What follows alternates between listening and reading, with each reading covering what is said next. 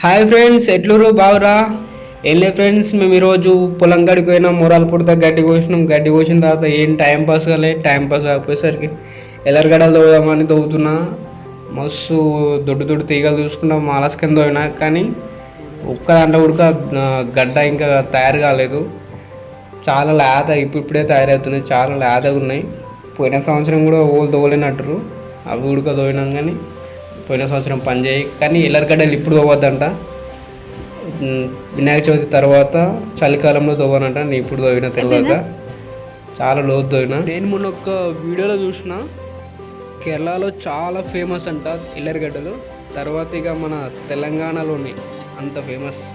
అయితే నేను ఎల్లరిగడ్డలు తవ్వేటప్పుడు మా భార్య కూడా నా పక్కకి ఉంది. ఇద్దరం ఎల్లరిగడ్డలు తవ్వుతున్నాగా మా భార్య కాలిపోయిన నత్త వారింది.